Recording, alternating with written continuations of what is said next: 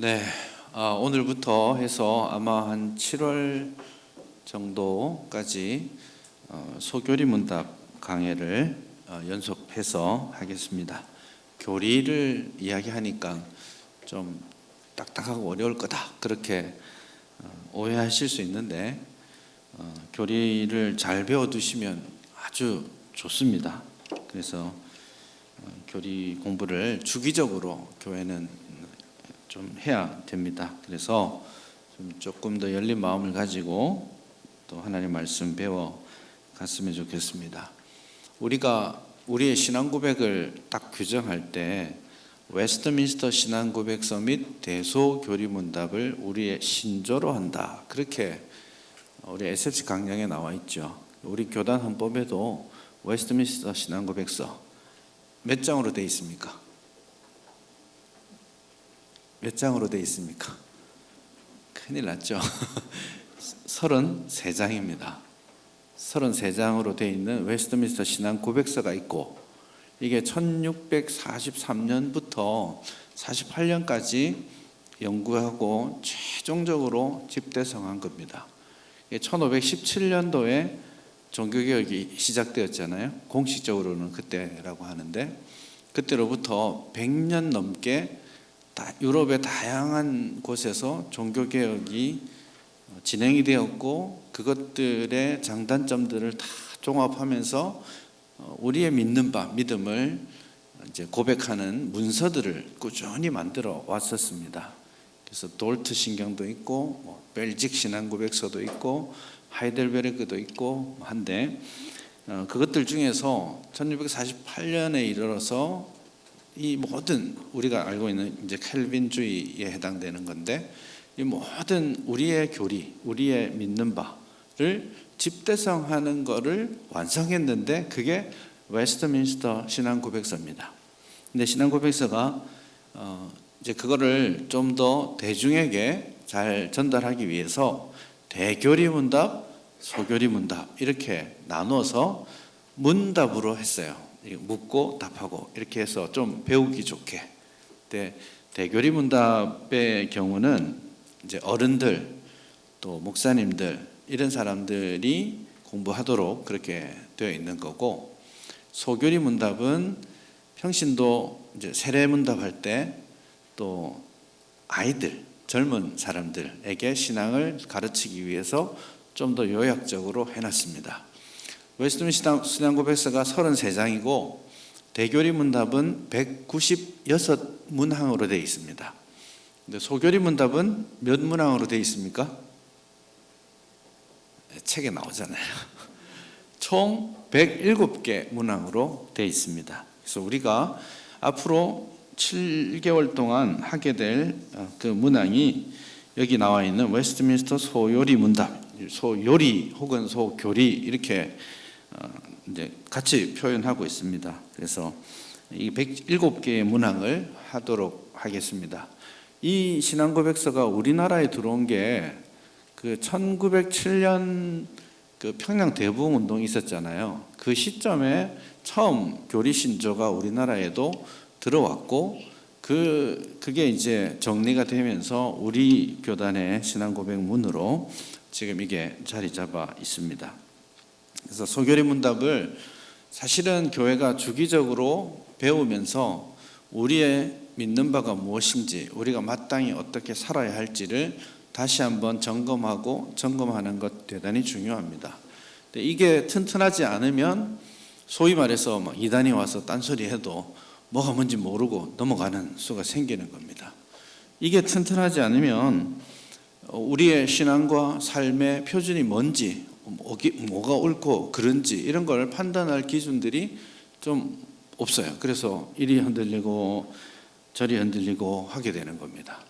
그래서 이 교리 문답을 잘 이참에 우리가 잘 좀 한번 읽고 배웠으면 좋겠다 그런 생각입니다. 오늘 시작이니까 큰 틀에서 전체적인 그림을 한번 그려보자면요. 오늘은 딱 1문 21쪽에 나오는 제 1문 하나만 할 겁니다. 1문이 참 중요한데 107개 문항의 서론입니다. 그래서 앞으로 107개 문항의 갈 길을 이 일문이 우리에게 알려줍니다. 우선 한번 읽어볼까요? 자, 문부터 다 같이 한번 읽어봅시다. 시작.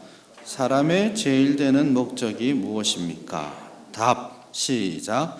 사람의 제일 되는 목적은 하나님을 영화롭게 하고 하나님을 영원토록 즐거워하는 것입니다.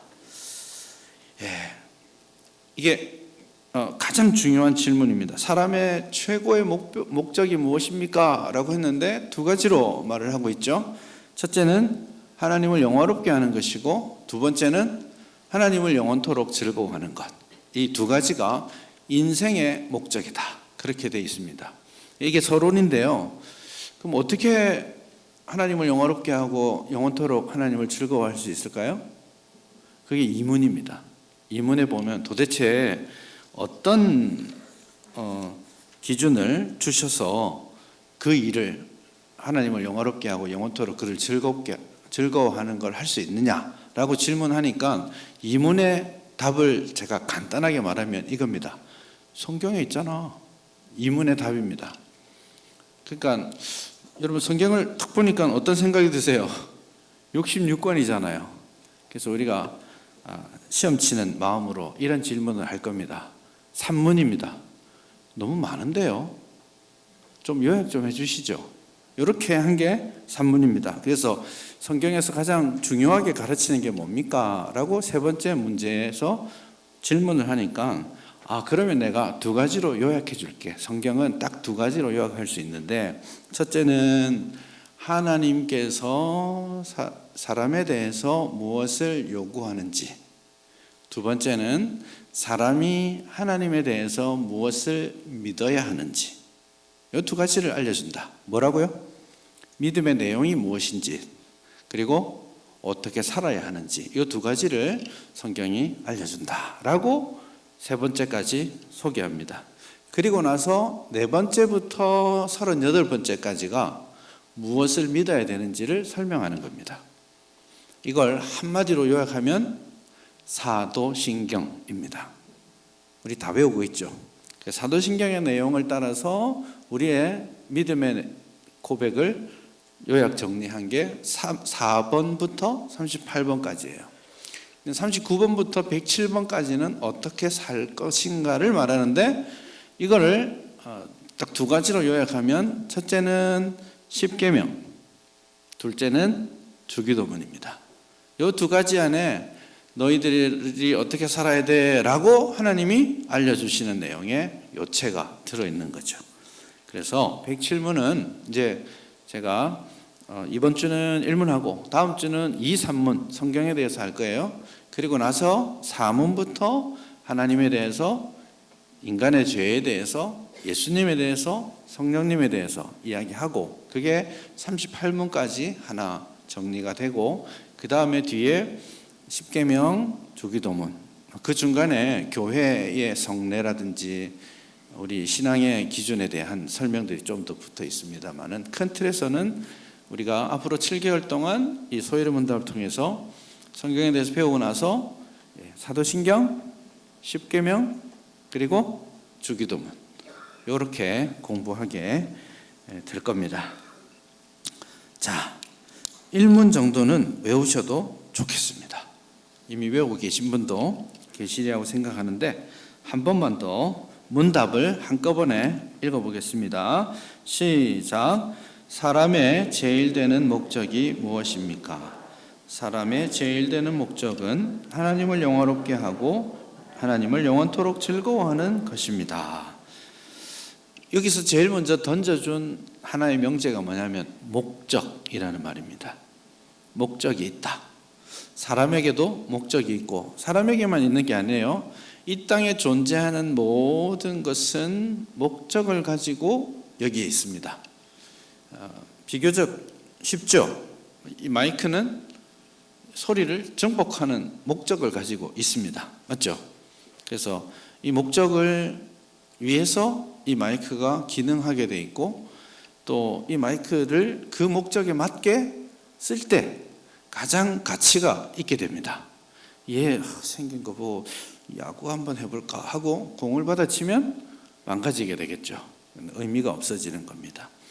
할 수는 있겠지만 목적이 무엇인지를 알고 그 목적을 따라서 하는 것, 그게 이 땅에 있는 모든 사물도 마땅히 그렇게 가야 되고, 하물며 이 땅에서 가장 중요한 존재인 사람이 목적 없이 우연히 이 땅에 존재할 수는 없겠죠.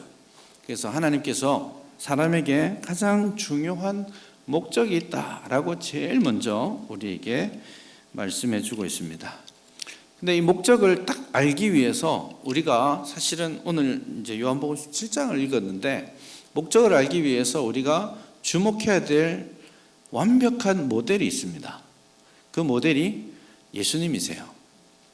왜냐하면 예수님은 완전한 인간이고 완전한 하나님이시죠. 그래서 우리가 누구를 섬겨야 될지를 보려면 어디를 봐야 되는 거예요? 예수님을 봐야 돼요.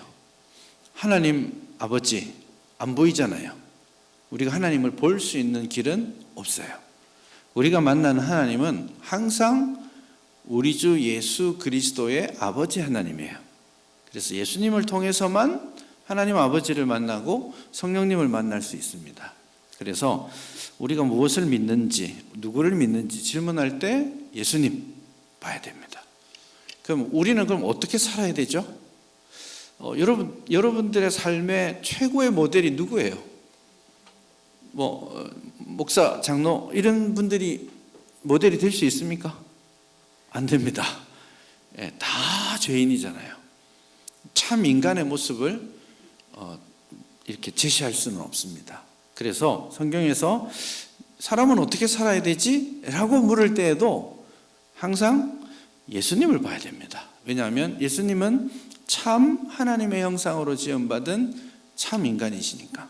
그래서 예수님을 보면서 어떻게 살아야 될지, 어떻게 믿어야 될지, 그런 것들을 우리가 배우게 되는 겁니다. 그래서 사실 이 목적을 구현하는데 가장 중요한 가이드라인은 예수님 바라기, 예수님 따라가는 것, 그거라고 할 수 있습니다. 그런데 오늘 요한복음 17장에서 그렇게 예수님께서 대제사장적 기도를 하고 계시거든요. 17장은 먼저 예수님 자신의 개인적인 내용을 가지고 기도하시고, 그 다음에 이제 제자들을 생각하면서 제자들을 위해 기도하시고, 마지막으로 미래에 다가올 교회를 생각하면서 기도하십니다. 그게 이제 요한복음 17장 전체 26절까지의 내용이거든요. 예수님 자신의 삶을 돌아보면서 하나님께 대제사장적 기도를 했는데 오늘 내용입니다. 오늘 내용이 그런 내용인데, 한마디로 말하면 17장 1절을 보시면 이렇게 되어 있습니다.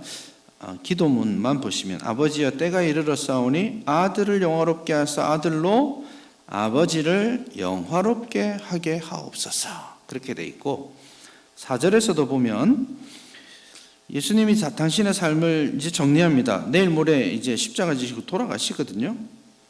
하루만 지나면 돌아가시게 되는데, 아버지께서 내게 하라고 주신 일을 내가 다 이루어서 아버지를 이 세상에서 어떻게 했다고요?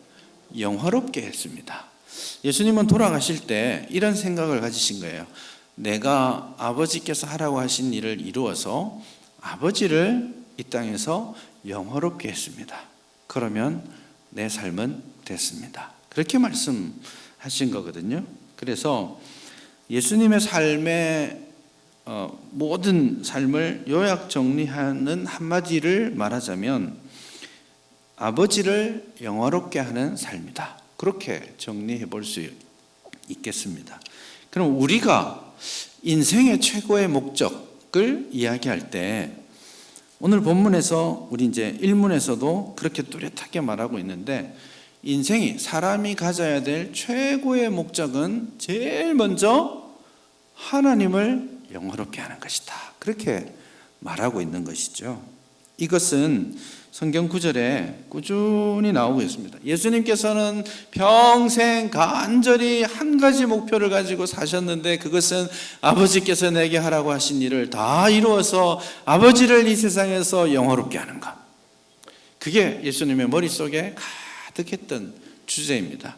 그리고 예수님께서 당신의 삶을 이제 마지막 하루 남겨놓고 다 정리하시면서 다 돌아보면서 내가 아버지께서 하라고 하신 일을 다 이루었나 생각하시는 거죠. 예수님 십자가에 달리셨을 때도 마지막에 하신 말이 뭡니까? 마지막으로 하시는 말씀 중에 다 이루었다 그렇게 말씀하셨죠. 뭐 예수님께서 다 이루신 게 뭐죠? 여전히 예수님의 손길을 기다리는 병자들, 예수님께서 먹여야 될 사람들 많이 있었잖아요. 그 일들을 다 남겨놓고 떠나시는데 다 이루었다라고 하시는 이유가 뭐겠습니까? 아버지께서 내게 하라고 하신 일을 다 이루었다. 그렇게 말씀하시는 거죠. 그게 예수님의 평생의 삶이었다면 오늘 저와 여러분들의 평생의 삶의 최고의 목적은 자아실현 이런 거 아니고요. 아파트 사는 거 이런 거 아니고요. 뭐 공부해서 뭐 하는 거 이런 거 아니고 그런 것들은 순간순간 하나의 목표 지점은 될 수 있습니다. 그것들이 나에게 작은 기쁨도 줄 수 있고 작은 성취도 줄 수 있습니다만은 그 모든 것은 하나의 과정입니다. 그 모든 것들을 다 합쳐서 최종적으로 우리가 이루어야 될 것은 하나님 아버지를 영화롭게 하는 것. 그겁니다. 우리 증거 구절들이 이제 좀 있는데 글자가 좀 작죠?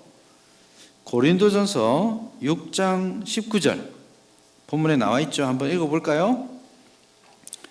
증거 구절 21쪽에 있습니다. 시작. 너희 몸은 너희가 하나님께로부터 받은 바 너희 가운데 계신 성령의 전인 줄을 알지 못하느냐? 너희는 너희 자신의 것이 아니라 값으로 산 것이 되었으니 그런즉 너희 몸으로 하나님께 영광을 돌리라. 그런즉 너희 몸으로 하나님께 영광을 돌려라. 고린도전서 10장 31절 한번 다 같이 읽어보겠습니다. 그런즉 너희가 먹든지 마시든지 무엇을 하든지 다 하나님의 영광을 위하여 하라. 우리의 인생을 이야기할 때 우리의 최고의 그리고 최종적인 목적, 그것은 하나님을 영화롭게 하는 것이라고 성경은 계속해서 말씀하고 있습니다. 그래서 우리의 몸으로, 우리의 삶으로, 우리가 가진 것으로 하나님을 영화롭게 하고 하나님께 영광이 돌아가도록 항상 우리의 머릿속을 가득 채우는 것, 그게 우리의 최고의 목적입니다. 그러면 이 목적의식을 우리가 뚜렷하게 가지고 살아야 우리의 삶을 좀 이렇게 균형 잡히게 할 수 있고 막 흐트러지지 않을 수 있습니다. 여기서 조금 저기서 조금 이거 했다가 저거 했다가 어떤 게 좋지 막 흔들리지 않을 수 있어요. 왜냐? 목적의식이 뚜렷하잖아요. 이것은 하나님을 영화롭게 하는 것인가? 이 질문을 항상 해야 되는 거죠.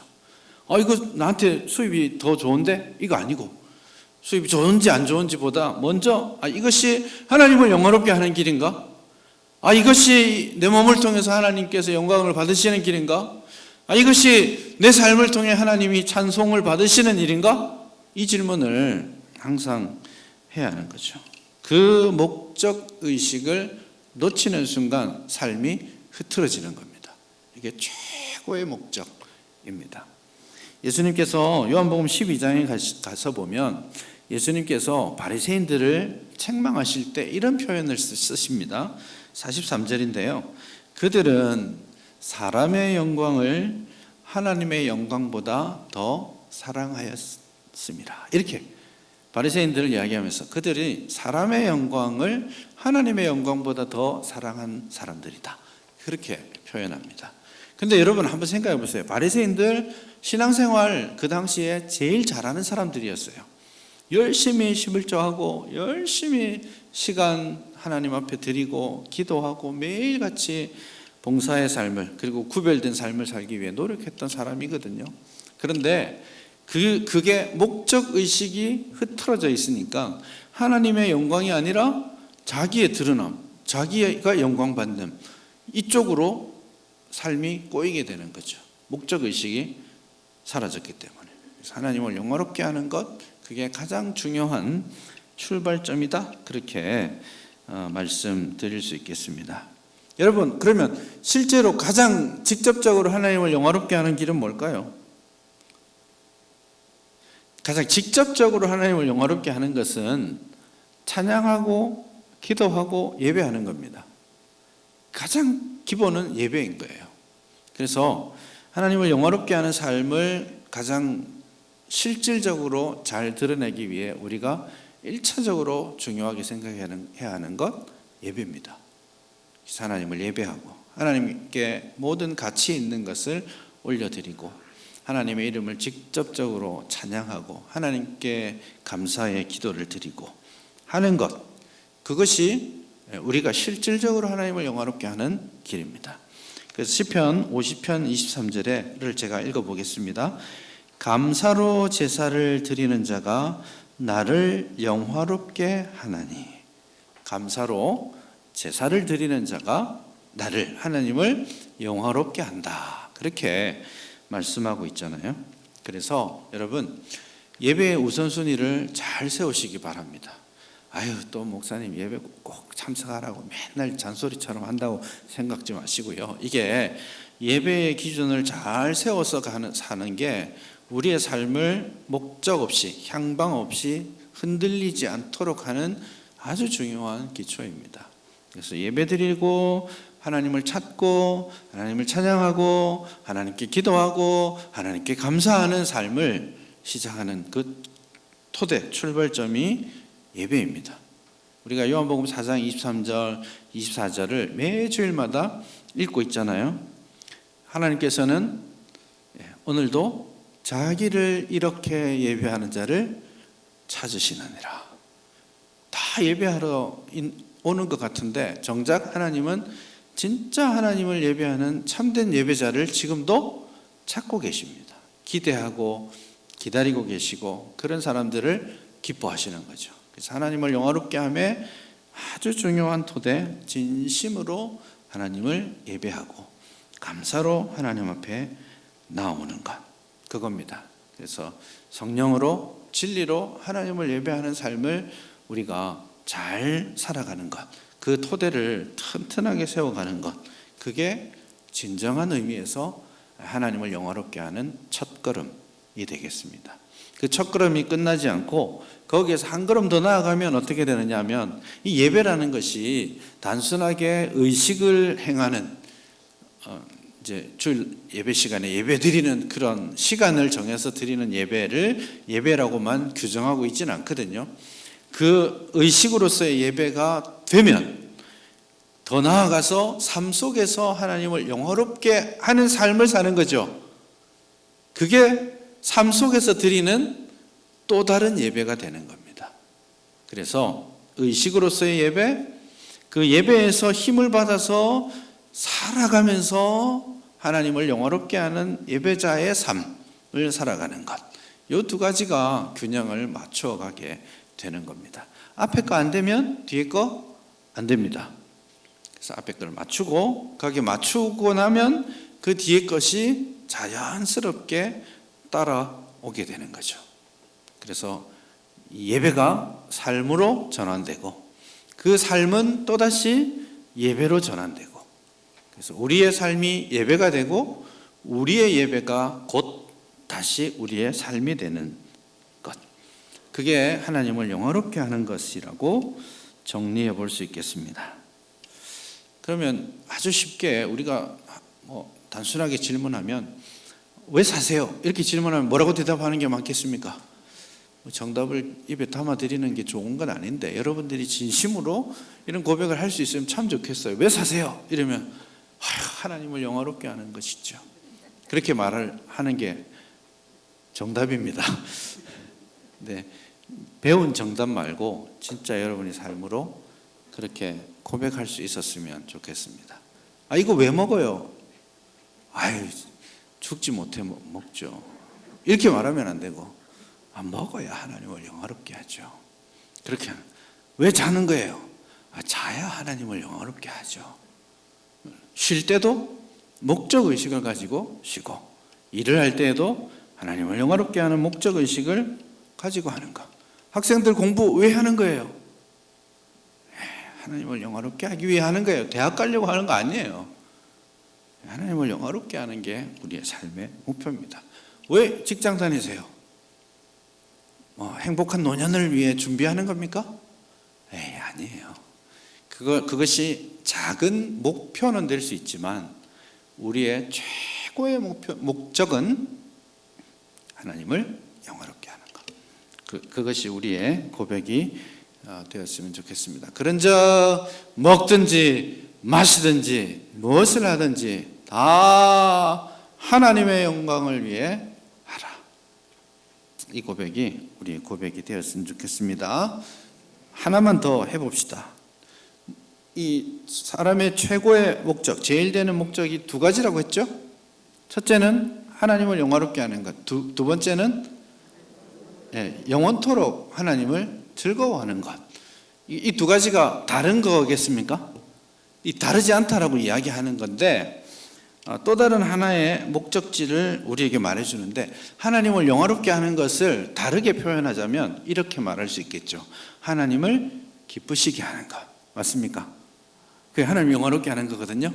근데 하나님을 기쁘시게 하는 게 신자로서 살아가는 게 힘들고 고달픈 일일까요?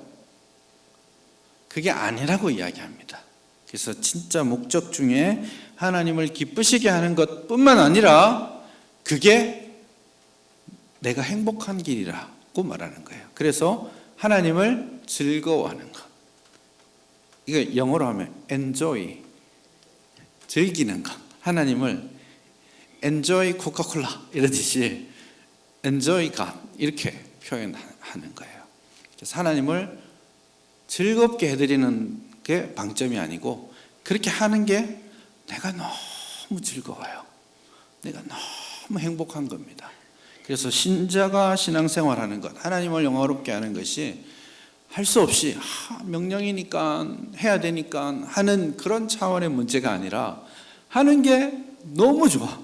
너무 기뻐가지고 이 즐거움을 어쩔 줄을 몰라가지고 그래서 섬김의 일들을 하는 겁니다. 그런 말씀들이 이제 두 번째 목적으로 나타나고 있죠. 여러분 시편 16편 5절부터 11절 이렇게 증거본문 21쪽에 보시면 나와 있는데 제일 뒤에 9절만 한번 읽어보겠습니다. 9절 이러므로 다 같이 한번 읽어볼까요? 시작. 이러므로 나의 마음이 기쁘고 나의 영도 즐거워하며 내 육체도 안전히 살리니. 기쁨이라는 단어가 하나님을 영화롭게 하는 것이 나도 행복하고 기쁜 삶이 되는 겁니다. 시편 73편 25절 22쪽에 나와 있네요. 하늘에서는 주 외에 누가 내게 있으리요 땅에서는 주밖에 내가 사모할 이가 없습니다. 주님밖에 안 보이는 거예요. 하늘에서도 땅에서도 주님만 사모하고 그 사모함이 어때요? 이렇게 가슴 설레고 행복한 수가 없는 거예요. 이 순간을 놓치고 싶지 않은 거예요. 막 이 주님 좋은 이 마음 때문에 혹시 자고 일어나면 사라질까 봐 잠 못 잘 것 같은 느낌. 그런 느낌들이 우리에게 있는 겁니다. 하늘에서는 주 외에 누가 내게 있을까? 땅에서는 주밖에 나의 사모할 자가 없습니다. 그런 고백들이 오늘 우리에게 있었으면 좋겠습니다. 다윗이 그렇게 고백하죠. 이렇게 고백합니다. 내가 하나님의 뜻 행하기를 즐기오니 주께서는 번제와 제사를 기뻐하지 아니함이라. 번제와 제사를 드리는 게 아주 중요한 구약 시대인데 그보다 더 다윗의 마음에 내가 하나님의 뜻 행하는 것을 기뻐합니다. 그보다 번제 제사 드리고 하는 것보다 하나님의 뜻 행하는 게 너무 행복하고 즐거운 거다. 그렇게 말씀하고 있는 것이죠. 이제 마무리해 보겠습니다. 책을 한번 덮으시고 두 가지가 있습니다. 사람의 제일 되는 목적이 무엇입니까?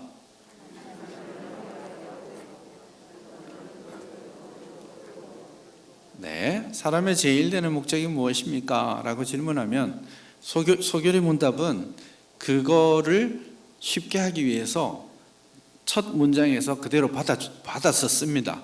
사람의 제일 되는 목적이 무엇입니까? 이렇게 질문하면 답은 사람의 제일 되는 목적은 하나님을 영화롭게 하는 것과 또 하나는 하나님을 영원토록 우리말로 enjoy 하는 것, 하나님을 즐거워하는 것, 그것이 우리의 삶의 최고의 목표입니다. 우리가 무엇을 추구하든지 그 지점을 목표하고 가지 않으면 다 헛것이 된다라는 것 잘 아시고 우리 삶의 길을 뚜렷하게 정하고 하나님을 예배하는 참된 예배자로, 하나님을 기뻐하는 참된 신자로서 우리의 삶을 살아갔으면 좋겠습니다.